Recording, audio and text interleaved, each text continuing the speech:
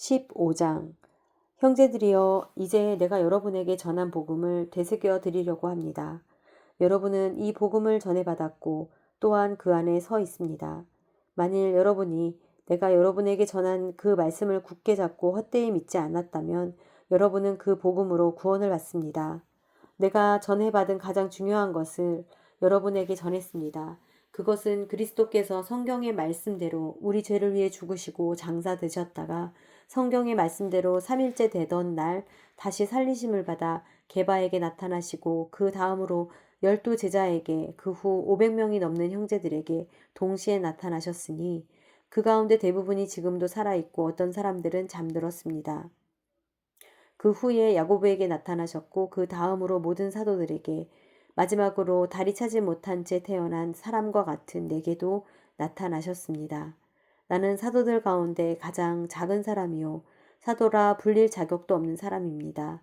이는 내가 하나님의 교회를 핍박했기 때문입니다. 그러나 오늘날 내가 나된 것은 하나님의 은혜로 된 것입니다. 내게 주신 그분의 은혜가 헛되지 않아 내가 어느 사도보다 더 많이 수고했습니다. 그러나 이것은 내가 한 것이 아니요 오직 나와 함께 하신 하나님의 은혜로 한 것입니다. 그러므로 나나 그들이나 우리가 이렇게 복음을 전파하고 있으니 여러분도 이렇게 믿었습니다. 그리스도가 죽은 사람들 가운데서 살아나셨다고 전파되고 있는데 왜 여러분 가운데 어떤 이들은 죽은 사람의 부활이 없다고 합니까? 죽은 사람이 부활이 없다면 그리스도께서도 다시 살리심을 받지 못하셨을 것입니다. 만일 그리스도께서 살리심을 받지 못했다면 우리가 전파하는 것도 헛되고 또 여러분의 믿음도 헛되며 또 우리가 하나님의 거짓 증인으로 드러날 것입니다. 만일 죽은 사람들이 다시 살지 못한다면 하나님께서 그리스도를 살리시지 않으셨을 것입니다. 만일 죽은 사람들이 다시 살지 못한다면 그리스도께서도 살리심을 받지 못하셨을 것입니다. 만일 그리스도께서 살리심을 받지 못하셨다면 여러분의 믿음도 헛되고 여러분은 여전히 자신의 죄 가운데 있고 그리스도 안에서 잠든 사람들도 멸망했을 것입니다. 만일 우리가 그리스도 안에서 가진 소망이 이 세상의 생명뿐이면 모든 사람들 가운데 우리가 가장 불쌍한 사람들일 것입니다.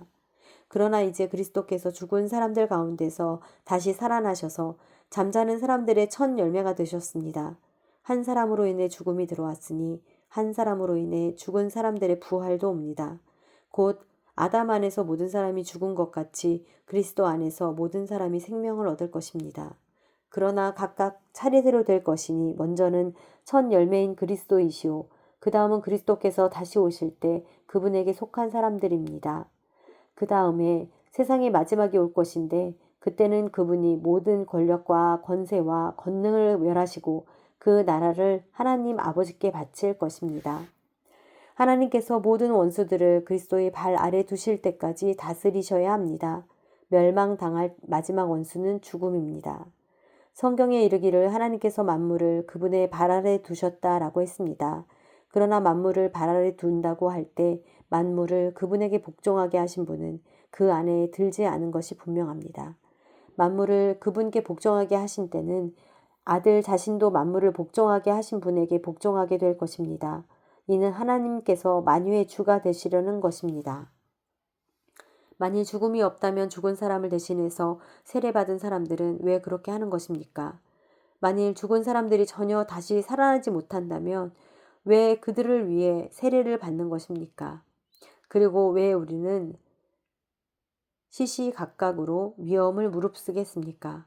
형제들이여, 내가 그리스도 예수 우리 주 안에서 가진 내 자랑인 여러분을 두고 단언합니다만 나는 날마다 죽습니다.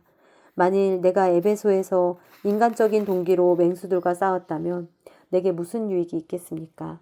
만일 죽은 사람들이 살아나지 못한다면 내일 죽을 것이니 먹고 마시자라고 할 것입니다. 속지 마십시오. 나쁜 친구들이 좋은 습관을 망쳐버립니다. 정신을 똑바로 차리고 죄를 짓지 마십시오. 하나님을 알지 못하는 사람들이 있으므로 여러분을 부끄럽게 하기 위해 내가 이런 말을 합니다. 그러나 어떤 사람은 죽은 사람들이 어떻게 살아나며 어떤 몸으로 옵니까? 라고 물을 것입니다. 어리석은 사람이여, 당신이 뿌리는 씨가 죽지 않고서는 살아날 수 없습니다. 당신이 뿌리는 것은 장차 생겨날 몸, 그 자체가 아니라 밀이나 다른 곡식이든지 다만 씨앗을 뿌리는 것입니다. 그러나 하나님께서는 뜻하시는 대로 그 씨에 몸을 주십니다. 곧 각각의 씨에 각기 고유한 몸을 주십니다. 모든 육체가 다 같은 육체가 아닙니다. 사람의 육체가 다르고 짐승의 육체가 다르고 새의 육체가 다르고 물고기의 육체가 다릅니다. 또 하늘에 속한 몸들이 있고 땅에 속한 몸들이 있습니다. 그러나 하늘에 속한 몸들의 영광이 다르고 땅에 속한 몸들의 영광이 다릅니다. 해의 영광이 다르고 달의 영광이 다르고 별들의 영광이 다릅니다. 별과 별의 영광이 서로 다릅니다. 죽은 사람들의 부활도 이와 같습니다. 썩을 몸으로 묻히지만 썩지 않을 것으로 살아납니다. 비천한 가운데 묻히지만 영광 가운데 살아납니다. 약한 사람으로 묻히지만 강한 사람으로 살아납니다. 자연의 몸으로 묻히지만 영적인 몸으로 살아납니다. 자연의 몸이 있다면 영적인 몸도 있습니다. 기록되기를 첫사람 아담은 생명이 있는 영이 됐다라고 한 것처럼 마지막 아담은 생명을 주는 영이 됐습니다. 그러나 신령한 것이 먼저가 아니라 자연에 속한 것이 먼저이며 그 다음이 신령한 것입니다. 첫사람은 땅에서 났으므로 흙에 속한 사람이나 둘째 사람은 하늘에서 왔습니다. 그 흙에 속한 사람과 같이 저 흙에 속한 사람들도 그러하고 하늘에 속한 사람과 같이 저 하늘에 속한 사람들도 그러합니다. 우리가 흙에 속한 사람의 형상을 입은 것처럼 또한 우리는 하늘에 속한 사람의 형상을 입을 것입니다. 형제들이여, 내가 말하고자 하는 것은 이것입니다. 곧 살과 피는 하나님 나라를 이어받을 수 없고 썩을 것은 썩지 않을 것을 이어받을 수 없습니다. 보십시오. 내가 여러분에게 비밀을 말합니다. 우리는 다 죽지 않고 모두 변화할 것입니다. 마지막 나팔 소리에 순식간에 다 그렇게 될 것입니다. 나팔 소리가 나면 죽은 사람들이 썩지 않을 몸으로 살아나고 우리도 변화할 것입니다. 이 썩을 몸이 썩지 않을 것을 입어야 하고 이 죽을 몸이 죽지 않을 것을 입어야 합니다. 이 썩을 몸이 썩지 않을 것을 입고 이 죽을 몸이 죽지 않을 것을 입을 때는 기록되어 있는 이 말씀이 이루어질 것입니다. 사망이 삼켜져 승리를 얻었도다. 사망아, 네 승리가 어디 있느냐? 사망아, 네의 독침이 어디 있느냐? 사망의 독침은 죄요. 죄의 권세는 율법입니다. 그러나 우리 주 예수 그리스도를 통해 우리에게 승리를 주시는 하나님께 감사를 드립니다. 그러므로 내 사랑하는 형제들이여, 굳게 서서 흔들리지 마십시오. 여러분의 수고가 주 안에서 헛되지 않음을 알고 항상 주의 일에 더욱 힘쓰는 사람들이 되십시오.